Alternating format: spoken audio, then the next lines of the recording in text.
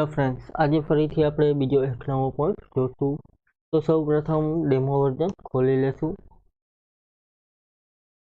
રિપોર્ટમાં જશું ફ્રેન્ડ્સ. એમાં કાલે આપણે ગ્રોસ પ્રોફિટ રિપોર્ટ જોયું. આજે ફ્રેન્ડ્સ કોટેશન રિપોર્ટ છે.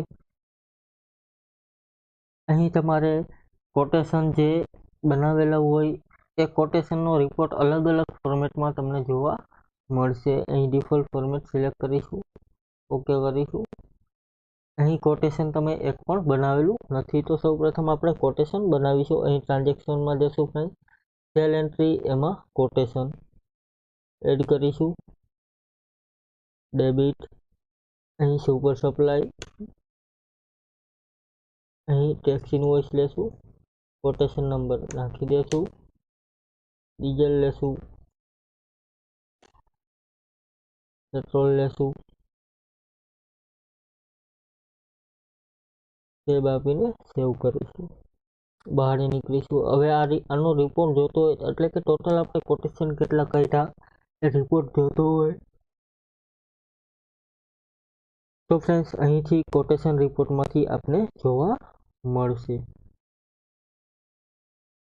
અહીં જોશો તો કોટેશન રિપોર્ટ આપણે જોવા મળશે.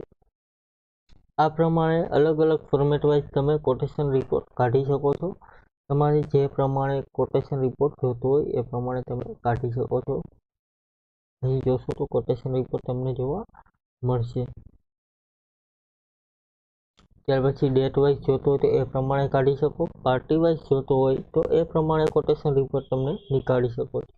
પ્રોડક્ટ વાઇઝ છે. ત્યાર પછી કોટેશન એડજસ્ટમેન્ટ રિપોર્ટ છે.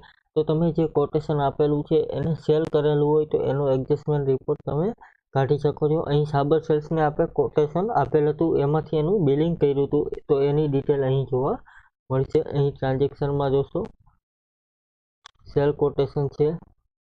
તો અહીં સાબર સેલ્સને 16,000નું કોટેશન આપેલું હતું, તો એને આપણે બિલ બનાવેલું છે 16,000નું, GB 2 નંબરનું.